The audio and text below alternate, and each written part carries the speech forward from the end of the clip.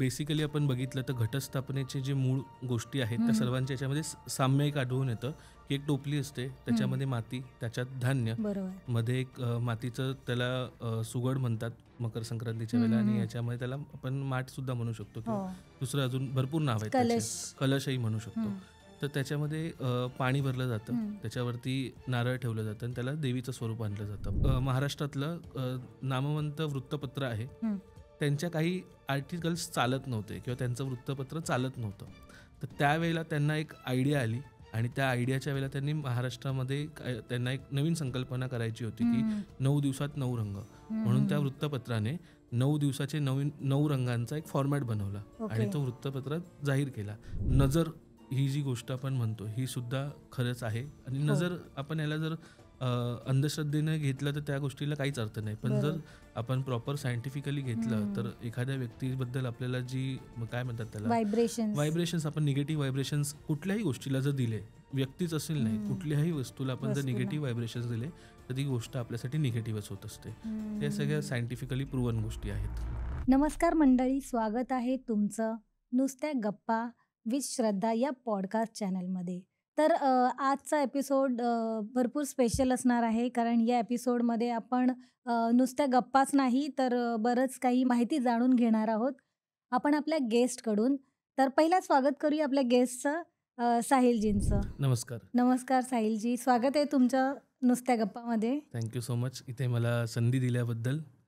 साहिलजी, तुम्ही astrology, numerology आणि वास्तूमध्ये बऱ्याच वर्षांपासून काम करत आहे. Okay, right.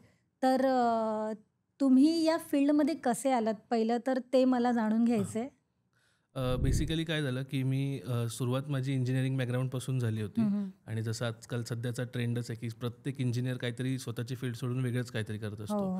तर मग सुरुवात तशीच झाली की इंजिनिअरिंग झालं आणि मग त्यानंतर काहीतरी स्वतःचं करायचं, स्टार्टअप करायचं आहे. मग त्यासोबत मग मी इंजिनिअरिंगला असतानाच माझा इंटेरियरचा बिझनेस सुरू झाला होता, आणि तो सुद्धा लार्ज स्केलवरती चालतच होता. पण त्यासोबत मला क्लायंटच्या डिमांड्स यायला लागल्या खूप साऱ्या की इंटेरियर डिझायनिंगसोबत आम्हाला वास्तू कन्सल्टंट पण हवा आहे, आणि वास्तू कन्सल्टंटची फी त्यावेळेला वास्तू कन्सल्टंट एवढे नव्हते जसे आजकाल यूट्यूबवरती भेटतात. तर मग त्यावेळेला वास्तू कन्सल्टंटची फी एवढी होती की प्रत्येकजण अफोर्ड नाही करू शकायचं, आणि प्लस त्यासोबतच्या ज्या रेमेडीज असायच्या त्यासुद्धा म्हणजे कॉस्ट जास्त असायची. मग तेव्हा असा विचार केला की आपण सुद्धा वास्तूचं काहीतरी शिकूयात. मग त्यासोबत माझ्या सर्व्हिसमध्ये मी वास्तूसुद्धा ॲड करून देईल. मग तसं हळूहळू त्या वास्तूच्या प्रवासात सुरुवात झाली. मग इंटेरियर डिझायनिंग प्लस वास्तू, मग वास्तू प्लस ॲस्ट्रोलॉजी, मग ॲस्ट्रोलॉजी प्लस न्यूमरोलॉजी, मग लॉ ऑफ अट्रॅक्शन, अशा पद्धतीचे एक गोष्टी सुरू झाल्या, आणि मग आता हा प्रवास कंटिन्यू चालू आहे आपला. खूप छान. मी बऱ्याच लोकांना पाहिलेलं आहे की ॲक्च्युली काय म्हणतात त्यांना, फॅमिली प्रेशर म्हणा किंवा लोक म्हणतायत म्हणून किंवा फ्रेंड्सच्या इन्फ्लुएन्स खाली करिअर चूज करतात. बरोबर. पण काही वेळाने त्यांना रिअलाईज होतं की नाही, आपल्याला ॲक्च्युअलमध्ये काय करायला पाहिजे. बरोबर. तर तुम्ही हा जो प्रवास करताय तो खूप छान आहे, आणि तुमच्याकडून मी खूप माहिती जाणून घेणारच आहे. नक्कीच. पण त्याआधी तुम्ही वास्तू करताना किंवा न्यूमरोलॉजी करताना किंवा ॲस्ट्रोलॉजी करताना त्या ग्रहांचा विशेष प्रभाव आपण म्हणतो की पर्टिक्युलर डेटवरती किंवा एक पर्टिक्युलर डेट ऑफ बर्थवरती किंवा एका पर्टिक्युलर नावावरती, राशीवरती कसा होतो? प्रत्येक ग्रहाचा प्रभाव हा प्रत्येक राशीवरती वेगवेगळा असतो. कसं होतं की आपल्या राशीचक्रामध्ये 12 राशी आहेत, बरोबर. आणि प्रत्येक राशीसाठी एक ग्रह अलोकेटेड आहे, पण ग्रह 9 आहेत. त्यामुळे काही राशींना दोनदा सुद्धा तो ग्रह येतो. जसं की मेष रास असेल तर ती मेष रास मंगळाच्या अधीन येते. त्यानंतर जसं पुढची रास असेल, वृषभ असेल ती शुक्राच्या अंडर येते, मिथुन रास असेल तर ती बुधाच्या अंडर येते. तसेच हे ग्रह सुद्धा त्या गोष्टींवर काम करत असतात. तसं की मिथुन राशीचा जर माणूस असेल तर मिथुन राशीचा माणूस हा बोलण्यात खूप पटाईत असतो. म्हणजे तो कुठेही बसला, म्हणजे चालत्या ट्रेनमध्ये जर तो एकटा बसला आणि त्याच्या बाजूला कोणी अनोळखी व्यक्ती असेल तरी तो काहीतरी करून त्या व्यक्तीशी बोलायची तर सुरुवात करूनच देईल. अशा पद्धतीने मेष राशीचा माणूस जो असतो तो डॅशिंग असतो. मग तो पोलीस असेल, आर्मीमध्ये असेल किंवा फायर ब्रिगेड, म्हणजे ज्या ठिकाणी धडाडीचं कार्य करायचं काम असेल तिथे ती व्यक्ती पुढे असणार, सराईत असणार त्याच्यामध्ये. तर अशा प्रकारचे ग्रह त्या व्यक्तीवरती काम करत असतात. आता आपण ग्रहांबद्दल बोलतो, पण मला माहिती आहे की जेव्हा आपण वास्तू शिकत असतो किंवा ॲस्ट्रॉलॉजी शिकत असतो, न्यूमरोलॉजी. तर याच्या मागे आधी तुम्हाला एक साधना करावी लागते. बरोबर. पूजा, पाठ. तुम्हाला बरोबर. त्या स्पिरिच्युअल पाथवरती जावं लागतं. बरोबर. बरोबर. तर मी शुअर आहे की तुम्ही नक्कीच बऱ्याच देवी-देवतांची आराधना केलीच असेल नक्कीच. आणि नवरात्री जवळच आहे. तर नवरात्रीबद्दल काय सांगाल तुम्ही? नवरात्री म्हणजे आता आता आपल्याला जवळच जी नवरात्री आहे तिच्याबद्दल आपण सांगायचं म्हटलं तर ती सध्या येते ती शारदीय नवरात्र म्हणतात त्याला, जी मोस्टली अश्विन महिन्यामध्येच येते. आणि त्याच्यामध्ये काय असतं की या नवरात्रीमध्ये जे आपण घरामध्ये धान्याची जी टोपली ठेवतो त्या टोपलीच्या मागे सुद्धा एक वेगळा इतिहास आहे. हां. आणि त्याच्यामध्ये सुद्धा वेगवेगळ्या प्रकारच्या गोष्टी आहेत की आपल्याला प्रत्येक वेगवेगळ्या ठिकाणी जेव्हा आपण जाऊ तिथे आपल्याला त्या गोष्टी वेगवेगळ्या पद्धतीने कळतात. बरोबर. पण काही गोष्टींचा अभ्यास केल्यानंतर ऑथेंटिक गोष्टी आहेत त्या 1-2 आहेत. त्यातल्या आपण 1-2 गोष्टी आपण ह्या पॉडकास्टमध्ये नक्कीच डिस्कस नक्की, करूयात. नक्की, नक्की. तर पहिलं आपण डिस्कस करूया की नवरात्री म्हणजे बेसिकली बघायला गेलं तर नवरात्री थोडं आपण गुजरातमध्ये जास्त सेलिब्रेशन बरोबर. होतं आणि त्याच्यानंतर मला वाटतं महाराष्ट्रामध्ये. बरोबर. बरोबर. तर मग दोघांच्या कल्चरमधला डिफरन्स आणि आपल्याकडे नवरात्री कशा पद्धतीने करतात आणि ती ॲक्च्युली कशा पद्धतीने करायला पाहिजे बरोबर. याचं थोडंसं तुम्ही जसं नॉलेज तुम्ही द्या. म्हणालात की गुजरातमध्ये नवरात्री सगळ्यात जास्त होते आणि मुंबईमध्ये म्हणजे महाराष्ट्रात नवरात्री जास्त हो. होते. पण मी असं म्हणेल की सगळ्यात जास्त नवरात्रीचा उत्साह हा कोलकात्यामध्ये असतो. जबरदस्त उत्साह असतो. म्हणजे जसं आपल्याकडे मुंबईमध्ये गणेश विसर्जन किंवा गणेशाचं आगमन ज्या पद्धतीने होतं त्याच्यापेक्षा जास्त जोमामध्ये कोलकात्यामध्ये केलं जातं. ओके. त्यांच्याकडे दुर्गापूजा असेल हां, किंवा ह्या हां. सगळ्या गोष्टी त्यांच्याकडे केल्या जातात. मुख्यतः नवरात्रीमध्ये जी देवीची पूजा केली जाते त्यामध्ये देवीचा जागर केला जातो असं बोललं जातं. बरोबर. या 9 दिवसामध्ये देवीला 9 वेगवेगळ्या प्रकारे आर्जव केला जातो वेगवेगळ्या शक्तींसाठी.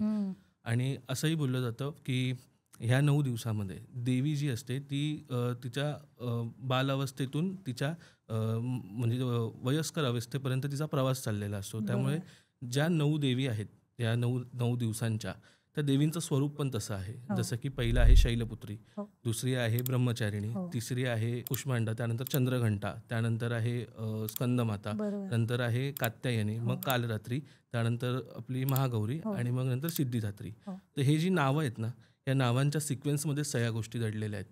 जसं की पहिली आहे जी शैलपुत्री आहे ती पुत्री आहे, ती जन्माला आलेली आहे नुकतीच. त्यानंतर तिचं ब्रह्मचारिणी आहे म्हणजे तिचं ब्रह्मचार्याचा फेज आहे.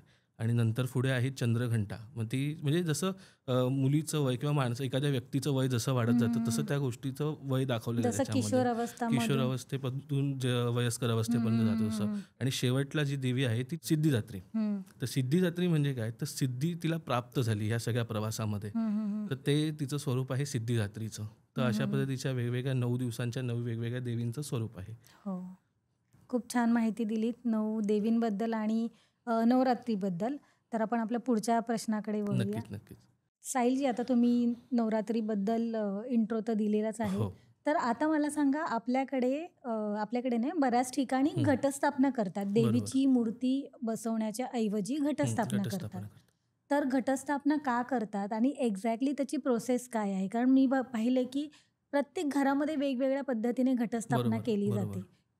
कोकणातले वेगळ्या पद्धतीने करतात, बरोबर. विदर्भातले वेगळ्या पद्धतीने करतात, मुंबईमध्ये म्हणजे आजूबाजूला घर आहेत तरी सुद्धा थोडा वेगळेपणा वेगळापणा दिसतो. येतो. नक्कीच. तर ऑथेंटिक जी पद्धत आहे किंवा जी खूप वर्षांपासून जी परंपरा चालू बरोबर. झालेली आहे तर त्याबद्दल थोडी माहिती द्या.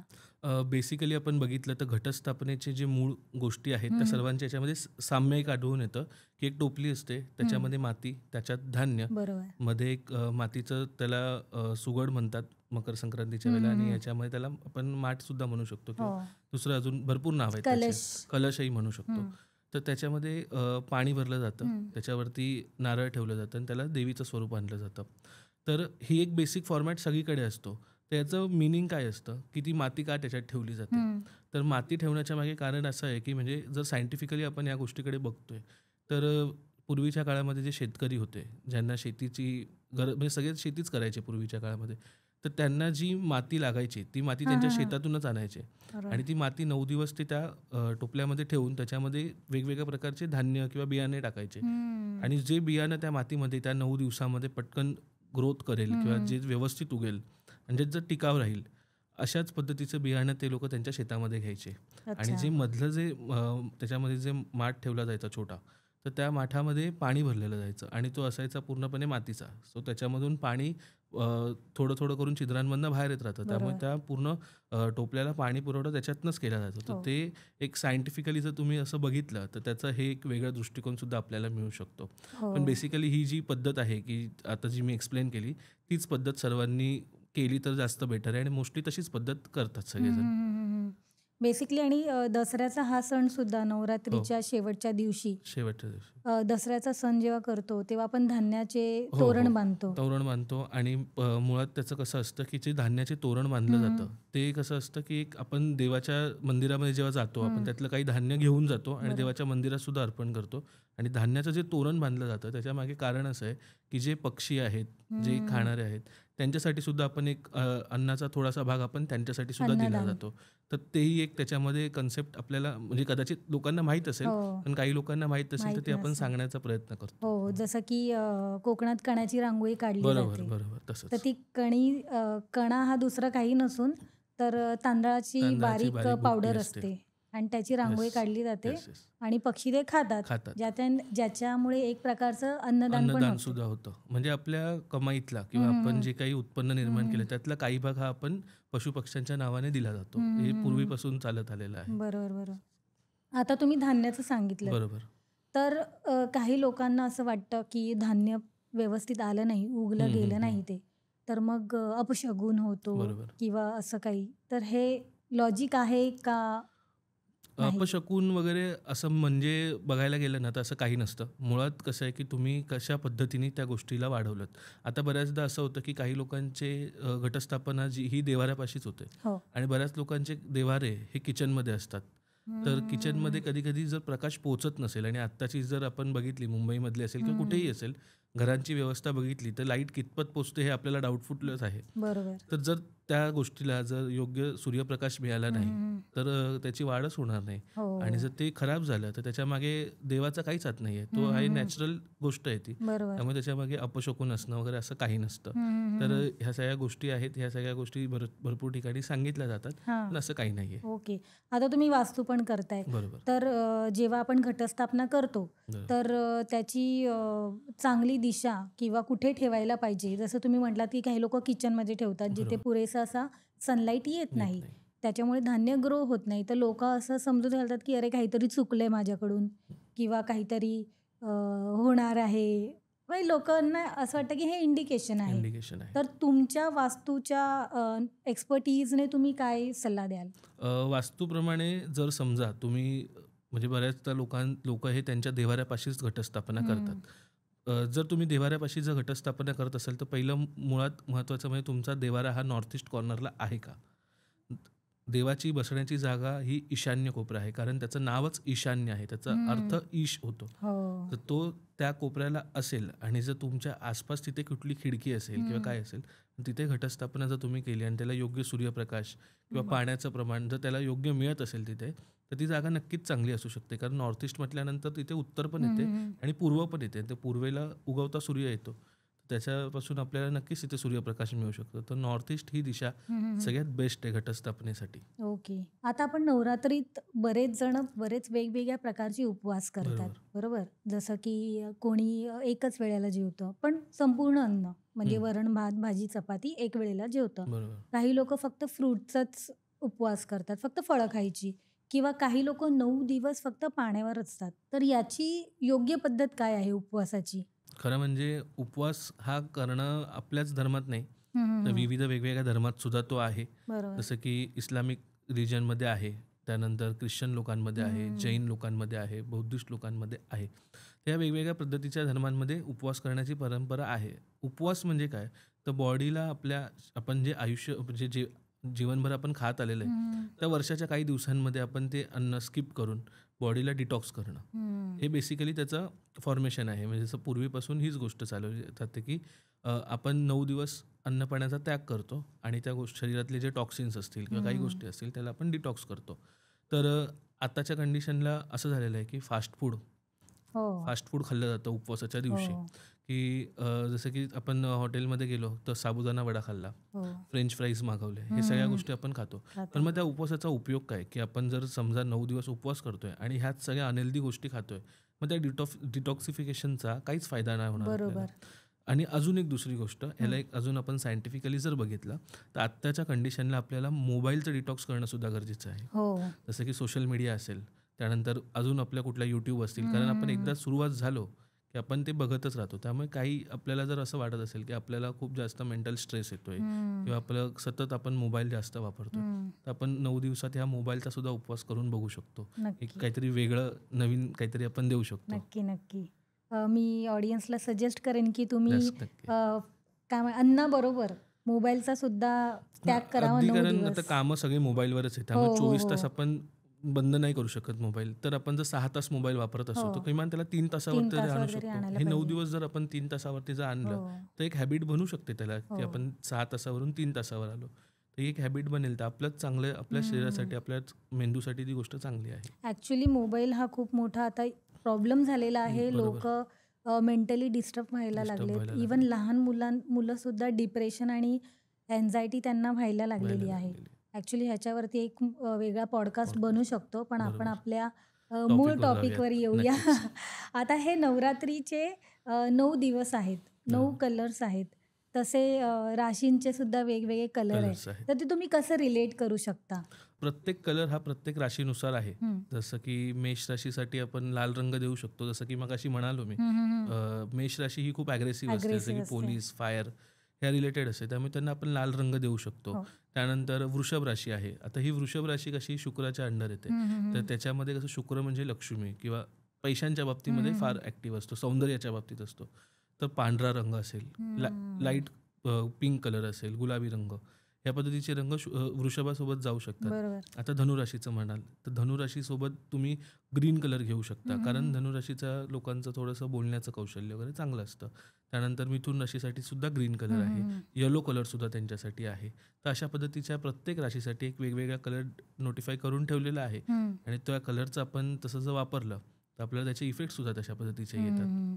आणि हेच कलर्स आपण नवरात्रीमध्ये फॉलो करतो 9 दिवस. बरोबर. तर त्याचा पॉझिटिव्ह इम्पॅक्ट आपल्यावरती कसा होतो?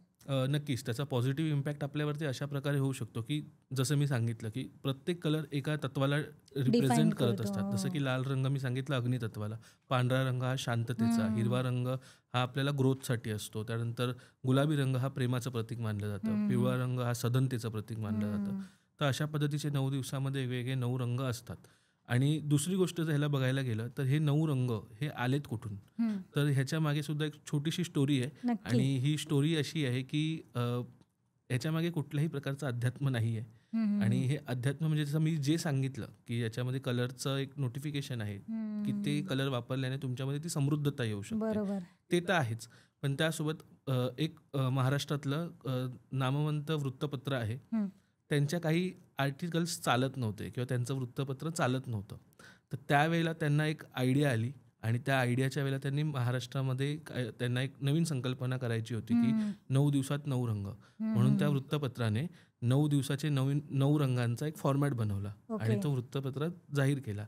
आज मला वाटतं 35 ते 40 वर्ष झाले असतील ह्या गोष्टीला आणि ते कंटिन्यू चालू आहे त्यांचं आता. आणि ते ट्रेंडच चालू झालेला आहे तो. आणि ते आता मेन जी स्टोरी सुरू झाली ती स्टोरी भरपूर लोक विसरलेत, पण आता ही जी स्टोरी आहे ही वेगळी स्टोरी आहे. त्याच्या मागे मॉडर्न रूप आलेलं आहे आता त्या प्रकारे. हो, कारण पाहायला गेलं तर मी आता रिसेंट बऱ्याच ब्लॉगमध्ये वाचत असते की तुम्ही जो कलर चूज करता कपड्यांचा, बरोबर, म्हणजे मी आज जर पर्पल घातला आहे तर हा पर्पल कलर काहीतरी इंडिकेशन देतो. बरोबर. जसं मी जर कंटिन्यू ब्लॅक घालते तर त्याच्या मागे पण काहीतरी संकेत असतात. नक्कीच. ब्लॅक कलर जो आहे ना तो आपल्याला शाळेत पण शिकवलेलं असतं की काळ्या रंगाची जर कुठली गोष्ट असेल ती जास्त लवकर गरम होते, कारण त्याची ॲब्झॉर्बिंग शक्ती जास्त असते. त्याच पद्धतीने काळा रंग आपण अशा ठिकाणी घालून गेलो, जसं की आपण म्हणू शकतो की स्मशान असेल एखादं किंवा निगेटिव्ह एनर्जी ज्या ठिकाणी जास्त असू शकतात, तिथे आपण जर ब्लॅक कलर घालून गेलं तर ते एनर्जीज आपल्या ऑरावरती इफेक्ट करतात. त्याच वेळेला तुम्ही बघितलं तर पॉलिटिशियन्स जे असतात त्या अशा वेगवेगळ्या ठिकाणी जात असतात, त्यांचं काम असते तर ते लोक का व्हाईट कलर घालतात? हम्म. कारण व्हाईट कलर हा रिपेलेंट कलर असतो. बरोबर. त्याच्यावरती कुठल्याही प्रकारच्या एनर्जीज येऊ नाही शकत. हम्म. त्या आल्या की तरी त्या रिपेल होतात. रिफ्लेक्ट जसं की आपण बघितलं असेल की शूट करायला आपण व्हाईट कलरचं बॅकग्राऊंड वापरलं तर लाईट रिफ्लेक्ट होते. हो. तेच ब्लॅक कलर वापरलं की ती लाईट ॲब्झॉर्ब होऊन जाते. तर ह्याच पद्धतीचं सायन्स त्याच्या मागे आहे की ऑरा आपला ॲब्झॉर्ब करणं वगैरे अशा या गोष्टी त्याच्या मागे आहेत आणि हे सगळं सायंटिफिकली प्रूव्हन आहेत. हो. फक्त आपण आपल्या सोयीनुसार त्याला मॉडर्न केलेलं रूप आहे. दिलेलं बस आहे. बस. तर बरीचशी माहिती सांगितली आहे. तर मला असं विचारायचं आहे की नवरात्रीच्या काळात ग्रहांचा काही विशेष परिणाम होतो का? काही राशींवर किंवा तुम्ही न्यूमरोलॉजी एक्सपर्ट आहात तर काही नंबर्सवरती, पर्टिक्युलर डेट ऑफ बर्थवाल्या लोकांवरती किंवा पर्टिक्युलर राशीवरती? आपण न्यूमरोलॉजी प्रमाणे जर बघितलं तर नवरात्री हा 9च येतो पहिला. बरोबर. तर 9 पासूनच जर सुरुवात केली तर पहिला इफेक्ट हा 9 वरच जास्त होतो. कारण पूर्णत्वाचा नंबर 9 आणि नवरात्रीच्या 9 दिवसातला म्हणजे नवरात्री सुद्धा 9च्याच आहेत. त्यामुळे जास्त इफेक्ट जर बघाल तर 9 नंबरच्या लोकांवरती त्याचा जास्त इफेक्ट होतो. त्यासोबत काही प्रमाणामध्ये 1 नंबरचे असतील लोक आणि 6 नंबरचे लोक असतील या लोकांवर सुद्धा त्याचा इफेक्ट जास्त होऊ शकतो. त्याच्यामागे कारण असं आहे की 9 नंबर हा मंगळाला रिप्रेझेंटेड आहे आणि ह्या सिच्युएशनमध्ये जेव्हा नवरात्री असते त्यावेळेला जसं की आपण म्हणालो की नवरात्रीमध्ये आपण देवीचा जागर केला जातो. तर त्या देवीचा जागर करणं म्हणजे काय तर देवी ही जी शक्ती आहे ही जर झोपलेली म्हणतात आपल्यामध्ये, देवी झोपली जाते. तर त्याचसोबत जेव्हा देवी झोपली जाते त्यावेळेला इतर ज्या ऊर्जा असतात, निगेटिव्ह ऊर्जा असतील किंवा कुठल्याही त्यासुद्धा त्याच काय म्हणतात त्याला इंटेन्सिटीने ॲक्टिव्ह झालेल्या असतात. तर ह्या सगळ्या गोष्टींचा 9 नंबरवरती अधिक जास्त हे होतो कारण ते मंगळाचे अधिपती असतात आणि मंगळ ह्या गोष्टीसाठी म्हणजे फायर एलिमेंट आहे. त्यामुळे त्याच्यावरती जास्त इफेक्ट त्याचा होऊ शकतो. पण इफेक्ट म्हणजे एक्झॅक्टली काय? पॉझिटिव्ह इफेक्ट की नेगेटिव्ह इफेक्ट? दोन्ही इफेक्ट होऊ शकतात त्याच्यामध्ये. पॉझिटिव्ह इफेक्ट्समध्ये कसं की माणसाला जर ॲग्रेसिव्हनेस हवा असेल तर तो ॲग्रेसिव्हनेस येतो. पण जर कुठल्या ठिकाणी ॲग्रेसिव्हनेस हवा आहे आपल्याला, जर कामाच्या ठिकाणी आपण ॲग्रेसिव्ह झालो तर ते काम आपलं फटाफट होऊ शकतं. पण तेच ॲग्रेसिव्हनेस आपण घरामध्ये दाखवला तर घरामधल्या रिलेशनमध्ये प्रॉब्लेम्स येऊ शकतात. किंवा आपण रस्त्याने चाललोय आणि आपल्याला कुणाचा धक्का लागला आणि आपण त्याला सॉरी बोलून निघालो तर ठीक आहे. पण जर तिथेच आपण जर हातापाईवरती उतरलो त्या व्यक्तीसोबत तर मग ती गोष्ट चुकीची होऊ शकते. तर ह्या 9 नंबरवाल्यांसोबत ह्या गोष्टी जास्त होऊ शकतात. आता तुम्ही नंबरचं तर सांगितलं, 9 नंबर, 6 आणि 1 नंबर. बरोबर. आता एक पर्टिक्युलर कोणती रास आहे त्यांच्यावरती खूप इम्पॅक्ट होतो नवरात्रीमध्ये? मकर राशीबद्दल आपण सांगूया याच्यामध्ये. राशी तशा अजून 2 सुद्धा आहेत पण मकर राशीवर आपण जास्त बोलूयात. कारण कसं होतं की मकर राशी ही शनिदेवांची रास आहे आणि सोबत शनिदेवांची रास असल्यासोबत 8 नंबर येतो आणि थोडंसं त्याच्यामध्ये रिप्रेझेंटेशन हे कालीमातेचं सुद्धा येतं. त्यामुळे ॲग्रेसिव्हनेस त्यांच्यामध्ये सुद्धा येतो. तर हा जो नवरात्रीचा काळ असतो ह्या काळामध्ये तुम्ही नोटीस करा तुमच्या आसपास जर कोणी मकर राशीचा असेल तर त्या लोकांमध्ये काय पद्धतीचा ॲग्रेसिव्हनेस असतो. म्हणजे ते एकतर जर ते गरबा खेळायला जात असतील किंवा अजून कुठल्याही प्रकारची ॲक्टिव्हिटीज करत असतील तर त्यांचा एक वेगळा चार्म असतो त्याच्यामध्ये, ज्याला आपण थोडंसं त्यांच्यात कालीमातेचं स्वरूप आलेलं आहे वगैरे अशा पद्धतीचं आपण बघू शकतो. ते खूप ॲक्टिव्ह होतात, खूप जास्त ॲक्टिव्ह होतात त्याच्यामध्ये. आणि आतापर्यंत तुमच्या अनुभवामध्ये कधी असं झालंय का की मकर रास म्हटलात आता आणि 9 नंबर हे एकाच व्यक्तीचे योग जुळून आलेले आहेत आणि त्या व्यक्तीला पॉझिटिव्ह रिझल्ट्स मिळालेले आहेत. म्हणजे असं मी तुम्हाला म्हणालो की निगेटिव्ह रिझल्ट्स आलेत पण त्या व्यक्तीला पॉझिटिव्ह रिझल्ट्स मिळालेले आहेत. कारण कसं ती व्यक्ती ॲक्च्युली इव्हेंट मॅनेजमेंटच्या फील्डमध्ये होती आणि त्यांचे नवरात्रीचेच इव्हेंट चालू होते आणि आपल्या ठाण्यातलेच गृहस्थ आहेत तर त्यांना त्यांच्या इव्हेंटमध्ये जी ॲग्रेसिव्हनेस हवी होती त्या 9 दिवसांमध्ये कामासाठी ती त्यांना मिळाली आणि त्या 9 दिवसांच्या इव्हेंटनंतर त्यांना सगळे पुढचे जे लाईनअप इव्हेंट होते जे आपल्या ठाण्यामध्ये होतात ते सगळे इव्हेंट त्यांच्या नावावरती मिळाले त्यांना त्या ॲग्रेसिव्हनेसमुळे. तर ही एक पॉझिटिव्ह गोष्ट सुद्धा त्यांच्यासोबत झाली. निगेटिव्ह गोष्ट म्हणाल तर त्यांच्या ॲग्रेसिव्हनेसमुळे काही त्यांच्यासोबतचे जे सहकारी होते जे की त्यांच्यासोबत बऱ्याच वर्षांपासून होते त्यांच्या ॲग्रेसिव्हनेसमुळे ते त्यांना सोडून गेले. पण एक गोष्ट अशी बघू शकतो की त्यांना त्याच्यातून काम मिळालं आणि जी गोष्ट त्यांना फिल्टर करायच्या होत्या ते फिल्टर होऊन निघून गेले. ही गोष्ट आपण त्याच्यातनं पॉझिटिव्हली घेऊ शकतो. बरं. म्हणजे मी असं ऐकलं आहे बऱ्याचदा की जेव्हा तुम्ही ग्रो करत असता, पुढे जात असता तर बरीच लोक निघून जातात तुमच्या आयुष्यातून. ह्याचं तुम्हाला उदाहरण जास्त बघायला मिळेल 7.5च्या टप्प्यामध्ये. 7.5मध्ये कसं होतं की 2.5 वर्षाचे 3 पोर्शन्स असतात. तर पहिल्या पोर्शनला तुम्हाला स्वतःला स्ट्रगल करावं लागतं. दुसऱ्या पोर्शनमध्ये सुद्धा स्ट्रगल आहे, पण त्यासोबत तुम्हाला ही गोष्ट कळते की तुमच्या सोबतची जी व्यक्ती आहे किंवा तुमच्या आजूबाजूला कोण व्यक्ती आहेत आणि त्या कशा स्वभावाच्या आहेत आणि त्या आपल्यासाठी कितपत आहेत. आणि मग हे फिल्टर तिथून चालू होतं. आणि मग शेवटच्या टप्प्यामध्ये आपल्यासोबत एकदम बोलतात ना की मोजकेच लोक असतात जे की खूप आपल्या क्लोज आहेत आणि जे आपल्याला इन फ्युचर आपल्यासोबत राहणार आहेत. अशा पद्धतीचे हे तुम्हाला 7.5मध्ये जास्त करून बघायला मिळतं की फिल्टरेशन होताना. आता तुम्ही 7.5चं बोललात, तर लोक नॉर्मली बोलतात की ह्याचा बॅड टाइम चालू आहे, म्हणजे 7.5 चालू आहे. पण तुम्ही तर म्हणताय की ऍक्च्युली ही एक प्रोसेस आहे ज्याच्यामुळे ग्रोथच होणार आहे. बरोबर. मी स्वतः 7.5ची वाट बघतोय मला कधी लागते. कारण तुम्ही मोठे मोठे ॲस्ट्रोलॉजर बघाल ना, ते लोक त्यांच्या 7.5मध्ये खूप जास्त ग्रो झालेले आहेत. इवन राहू काळ असतो तो खूप खराब असतो बोलतात. पण जे सोशल मीडिया करतायत किंवा ज्यांना सोशल मीडियामध्ये ग्रोथ करायचे त्यांच्यासाठी राहू हा बेस्ट आहे. कारण सोशल मीडिया ज्यांना ग्रोथसाठी राहूच्या काही उपासना केल्या किंवा राहूसाठी काही गोष्टी केल्या, रेमेडीज केल्या, तर तुम्हाला नक्कीच सोशल मीडियाच्या ग्रोथ मिळू शकतात. अच्छा. आणि असं करता येतं म्हणजे आता माझा आणि राहूचा काही संबंध नाही, पण मग मी रेमेडीज करून किंवा उपासना करून.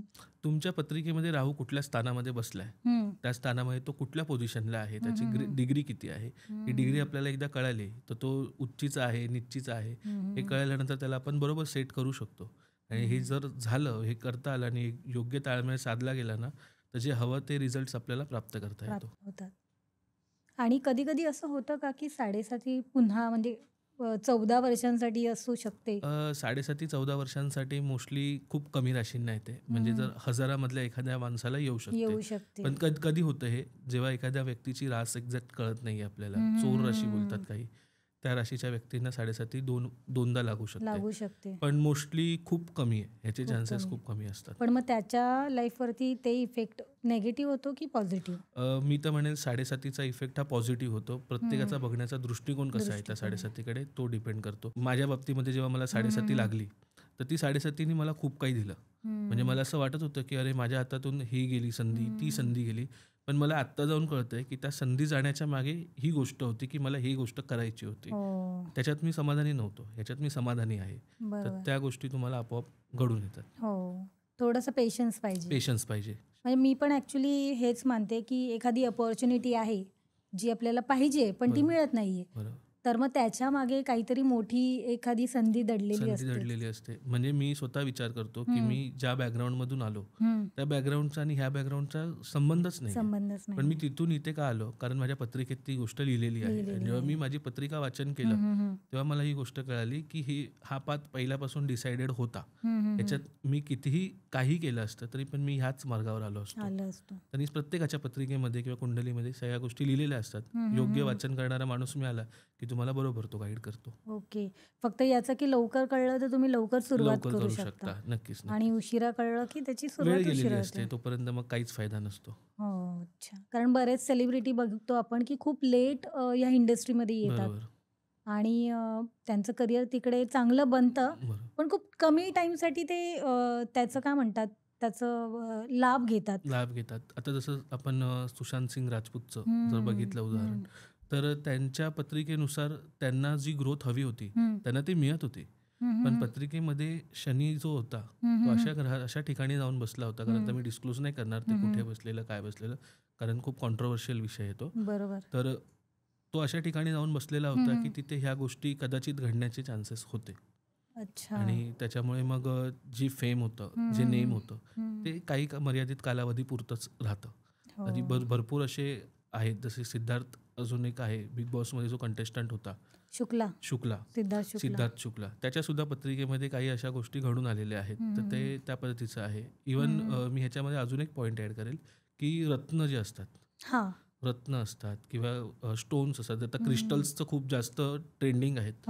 तर सलमान खानचं उदाहरण जर आपण द्यायचं म्हटलं तर सलमान खानच्या हातामध्ये जो फिरोजा आहे तो आता त्याचा 6वा का 7वा फिरोजा चालू आहे. म्हणजे विचार करा, 6-7 फिरोजे झालेत म्हणजे काय, तर त्याच्यावरती तेवढे संकट येऊन गेलेत की त्याच्यामुळे त्याचा जो जीव जाणार होता तो जीव त्या फिरोजावरती गेला आणि तो फिरोजा ब्रेक झाला. आता पण जे मध्ये त्याच्यासोबतच्या केसेस चालू होत्या किंवा आता जे सगळं व्हायरल झालंय सगळ्या गोष्टी, त्याच्यामुळे सुद्धा त्याचा फिरोजा तुटलेला होता. तर ह्या गोष्टी कशा अंतर्गत गोष्टी आहेत ज्याच्याकडून त्यांनी त्या गोष्टी घेतलेल्या आहेत. त्या व्यक्तीशी माझं प्रॉपर बोलणं होतं, म्हणून या गोष्टी कळायला. पण आता सलमान खानचा सुद्धा 7वा फिरोजा आहे हा. मग ह्या गोष्टी आहेत. आणि ह्या गोष्टी एक्झिस्ट करतात. कारण नजर ही जी गोष्ट आपण म्हणतो ही सुद्धा खरंच आहे. आणि नजर आपण याला जर अंधश्रद्धेने घेतलं तर त्या गोष्टीला काहीच अर्थ नाही. पण जर आपण प्रॉपर सायंटिफिकली घेतलं तर एखाद्या व्यक्तीबद्दल आपल्याला जी काय म्हणतात त्याला व्हायब्रेशन्स, आपण निगेटिव्ह व्हायब्रेशन्स कुठल्याही गोष्टीला जर दिले, व्यक्तीच असेल नाही, कुठल्याही वस्तूला आपण जर निगेटिव्ह व्हायब्रेशन्स दिले तर ती गोष्ट आपल्यासाठी निगेटिव्हच होत असते. या सगळ्या सायंटिफिकली प्रूव्हन गोष्टी आहेत. आता आपण नवरात्रीबद्दल बोलतोय आणि ॲस्ट्रॉलॉजीबद्दल. तर प्रत्येक देवीला तुम्ही प्रत्येक ग्रहाशी कसं जोडाल? प्रत्येक देवीला ग्रहाशी जोडण्यापेक्षा ना मी तुम्हाला सांगेल की ग्रह आहेत ना जे, ते ग्रह आपल्यावरती काय इफेक्ट करतात नवरात्रीमध्ये ते पण मी तुम्हाला सांगेल. आणि प्लस कसं होतं की देवीला आपण ग्रहासोबत जोडण्यापेक्षा ती देवी आपल्यासोबत कशी जोडली जाईल याचा पण आपण याच्यामध्ये विचार करूयात. जसं की देवीची 9 रूपं मी सांगितली, तर त्या प्रत्येक देवीची जशी सुरुवात झालेली आहे, जसे की ती लहानपणी शैलपुत्री दाखवली आहे, मग ब्रह्मचारीने दाखवली आहे. आपलंही आयुष्य आपण जर त्या पद्धतीने बघितलं तर आपल्याही लाईफमध्ये त्याच गोष्टी असतात. जसं की एका याच्यामध्ये म्हणजे 7व्या दिवसामध्ये ती कालरात्री होते. कालरात्री म्हणजे काय, ती कालीमातेचं स्वरूप घेते, म्हणजे खूप ॲग्रेसिव्ह होऊन जाते ती. तर आपल्याला सुद्धा आपल्या आयुष्याच्या त्या स्टेजमध्ये ॲग्रेसिव्ह होणं खूप गरजेचं आहे. जेव्हा म्हणजे आपण शिक्षण घेतल्यानंतर जेव्हा आपण कामाचं नोकरीच्या शोधात असतो, तर ते जे आपण काम करतो त्या कामात सुद्धा आपण ॲग्रेसिव्ह होणं गरजेचं आहे. त्याच पद्धतीने ग्रह सुद्धा आपल्यावरती तेच इफेक्ट करत असतात की तुमच्या राशीमध्ये जर समजा मेष राशीचं जसं मी मगाशी उदाहरण दिलं की मेष राशीचा स्वामी ग्रह हा मंगळ असतो. तर जर मंगळाच्या गोष्टी जर प्रॉपरली घडून आल्या, त्यांच्या करिअरमध्ये त्यांना कोणी थांबवणारं नसतं. पण त्या व्यक्तीमध्ये फार जास्त ॲग्रेसिव्हनेस सुद्धा येतो. तसंच बाकीच्या राशींमध्ये जसं वृषभेला मी म्हणालो शुक्र आहे, त्या अशा गोष्टी आहेत. प्रत्येक राशीला जो ग्रह दिलेला आहे त्या ग्रहानुसार जर आपण बघितलं तर देवीचं एक स्वरूप त्याच्यानुसार जॉईंट होतं. इन शॉर्ट, जर एखाद्याला ताप आला आहे, मलेरिया झाला आणि डेंग्यूचं औषध देऊन चालणार नाही त्याला. बरोबर. मग असं रिलेट करू शकतो सर्वसामान्यांसाठी. नवरात्रीमध्ये असं म्हणतात की नकारात्मक ज्या शक्ती आहेत, जसं भूत, पिशाच, या सगळ्या खूप ऍक्टिव्ह होतात. तर का, आणि आपण त्या नवरात्रीच्या पिरियडमध्ये आपण कसं आपल्याला प्रोटेक्ट करू शकतो? नवरात्रीच्या पिरियडमध्ये निगेटिव्ह एनर्जीज ज्या ॲक्टिवेट होतात त्याच्या मागे सायन्स असं आहे की जेव्हा आपण एखाद्या ऊर्जेला जागृत करण्याचा प्रयत्न करत असतो तर ती एकच ऊर्जा नाही जागृत होत, त्यासोबत भरपूर ऊर्जा जागृत होतात. तसं देवीला आपण आर्जव करतो की जागृत होण्यासाठी, त्यासोबत निगेटिव्ह एनर्जी सुद्धा जागृत होणार. पण मग अशा वेळेला आपल्याला काळजी काय घ्यायची आहे की जर तुम्ही स्पिरिच्युअल फील्डमध्ये असाल किंवा जर तुम्ही लहानपणापासून किंवा आत्ता कुठे जर अध्यात्माच्या जवळ जात असाल तर आपले जे इष्टदैवत असतं, कुलदैवत असतं, त्यांना आपण सांगू शकतो की आम्हाला ह्या काळामध्ये स्वतःला वाचवून ठेव. किंवा दुसरी गोष्ट अशी आहे की आपण स्वतःचं मेडिटेशन सुद्धा करू शकतो, ऑरा क्लिनिंग करू शकतो. या सगळ्या गोष्टींनी आपण स्वतःला प्रोटेक्ट करू शकतो. राहिलं गोष्ट की निगेटिव्ह एनर्जीज आपल्यावरती इफेक्ट करणार का, तर आपण त्या गोष्टींचा जितका जास्त विचार करणार तितका जास्त ते आपल्यावरती इफेक्ट करणार. जर आपण त्या गोष्टीबद्दल विचारच जास्त नाही केला ना तर त्या गोष्टी आपल्यावरती इफेक्टच नाही करणार. त्यामुळे नवरात्रीच्या काळामध्ये 9 दिवसामध्ये ह्या जशी देवी आपण जागृत केली जाते तसे त्या निगेटिव्ह एनर्जी सुद्धा जागृत होतात. त्यामुळे ज्या निगेटिव्ह प्लेसेस असतात, जसं की आता जर समजा एखादा म्हणजे देव न करो पण एखादी गोष्ट घरामध्ये घडली तर आपल्याला स्मशानात जाणं आलं किंवा निगेटिव्ह एनर्जीज जिथे असतात तिथे जाणं आलं. पण मग अशा ठिकाणी गेल्यानंतर घरी येऊन सॉल्ट बाथ घेणं किंवा घराची लादी सॉल्टच्या पाण्याने पुसून काढणं, या सगळ्या गोष्टी आपण करू शकतो. रात्री अपरात्री बाहेर फिरणं टाळलं पाहिजे नवरात्रीच्या काळामध्ये, ते खूप महत्त्वाची गोष्ट आहे कारण त्याच वेळेला जास्त करून एनर्जीज ॲक्टिवेट असतात. थँक्यू, खूप चांगली माहिती दिलीत. नक्कीच. आता आपण पुढचा प्रश्न घेऊया. आता आपण जे नवरात्री सेलिब्रेट करतो, पूजा करतो, प्रत्येक जण आपापल्या परीने पूजा करतात. जसं कोलकात्याला कालीमाची पूजा केली जाते, आपल्याकडे घटस्थापना करतात, गुजरातमध्ये मूर्तीची स्थापना केली जाते. तर मग याच्या मागे अध्यात्म किती आहे आणि सायन्स किंवा एखादी एनर्जी किती आहे? नवरात्रीचे जे 9 दिवस आपण बघतो त्याच्यामध्ये तसं आपण बोलतो की एनर्जीज जास्त जागृत असतात. तर ती एनर्जी त्या काळामध्ये जागृत होणारच असते. फक्त एवढंच असतं की आपल्याला त्या जागृत करण्याची एक पद्धत आहे, ती पद्धत आपल्याला व्यवस्थित वापरायची असते. आता प्रत्येकाच्या वेगवेगळ्या ठिकाणी आपण बघू शकतो, जसं की तुम्ही म्हणालात कोलकात्यामध्ये दुर्गा पूजा केली जाते, हो. गुजरातमध्ये देवीची मूर्ती बसवली जाते आणि आपल्याकडे घटस्थापना केली जाते. केली जाते. प्रत्येक भागातली पूजा करण्याची पद्धत वेगळी आहे, वेगळी पण आहे. त्याचा इंटेन्शन, त्याचा जो त्यांना जी गोष्ट हवी आहे ती एकच आहे, की त्या ऊर्जेला जागृत करणं. तुम्ही कुठल्याही पद्धतीने ऊर्जेला जागृत करू शकता, फक्त ती सात्विक पद्धत असावी असं त्याच्यामागचं सायन्स आहे त्या काळामध्ये. आता बऱ्याच वेळेला दुर्गा पूजेमध्ये कोलकात्यामध्ये नॉनव्हेज सुद्धा सर्व केलं जातं, पण ती त्यांची पद्धत आहे. ते तामसिक पद्धतीने कालीमाची पूजा ही तामसिक पद्धतीनेच केली जाते, पण आपल्याकडे आपण तामसिक पद्धतीने करत नाही, आपण सात्विक पद्धतीनेच केली जाते. तर प्रत्येक वेगवेगळ्या भागामध्ये वेगवेगळ्या पद्धतीने पूजा केली जाते. आता ह्या काळामध्ये जी आपल्याला ऊर्जा जागृत करायची असते, ती ऊर्जा आपण एखाद्या घटस्थापना तर करतोच आपण, पण ती ऊर्जा आपण आपल्या स्वतःत सुद्धा जागृत करणं गरजेचं आहे.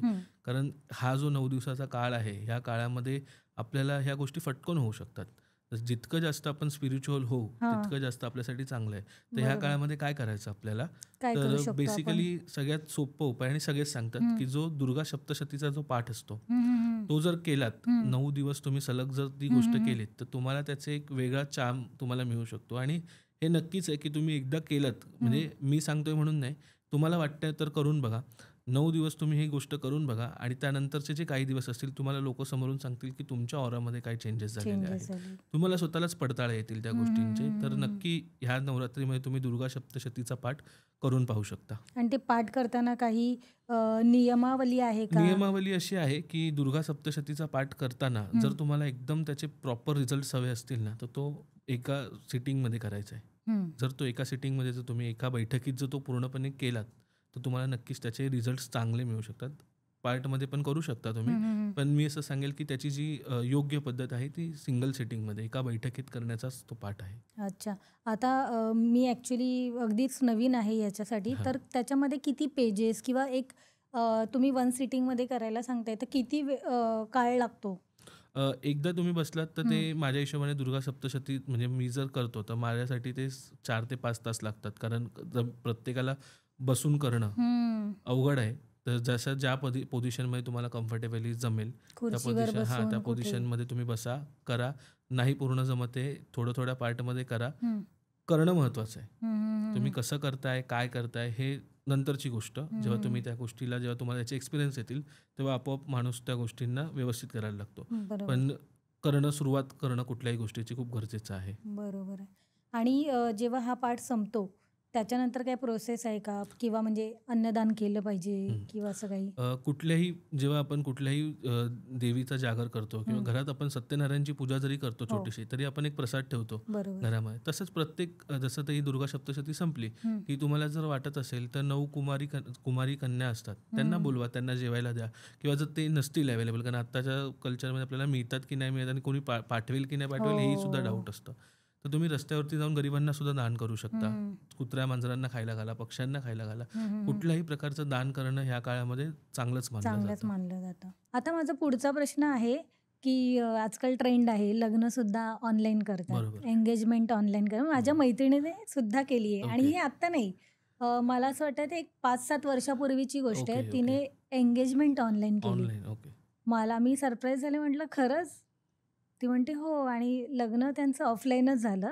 पण आता बरेच लोक पूजा ऑनलाईन करतात. तर ती पूजा किती सफल होते, किंवा जी ॲक्च्युअल पूजा आपण करतो फिजिकली, हवन करतो, होम करतो, प्रेझेंट असतो तिकडे, तर त्याच्यात सेम एनर्जी मिळते का? आपण जर ह्या गोष्टींना बघायला गेलो तर ऑनलाईन पूजा करणं हेही आता नवीन ट्रेंड आलेला आहे. म्हणजे तुम्ही म्हणालात जसं की तुमच्या मैत्रिणीने एंगेजमेंट केली 7 वर्षांपूर्वी. एंगेजमेंट इज अ डिफरंट म्हणजे टॉपिक, तो वेगळाच टॉपिक आहे. कारण त्याच्यामध्ये कसं 2 व्यक्तींचं समोरासमोर बसून होतं.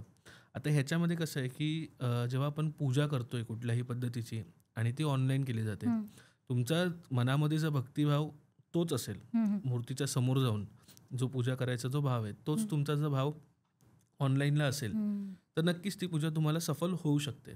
पण जर तुम्ही प्रेझेन्स तुमचा जर त्या ठिकाणी असेल, त्या गाभाऱ्याची, त्या जागेची एक स्वतःची एक वेगळी महती असते. तिथे तुम्ही जाता, त्याचे व्हायब्रेशन्स घेता, त्यावेळेला ती जी तुम्हाला एनर्जी मिळते, ती एनर्जी आणि ऑनलाईनची एनर्जी याच्यामध्ये नक्कीच डिफरन्स असणारच आहे. तर आजच्या जनरेशनला या नवरात्रीमधून काय शिकण्यासारखं आहे?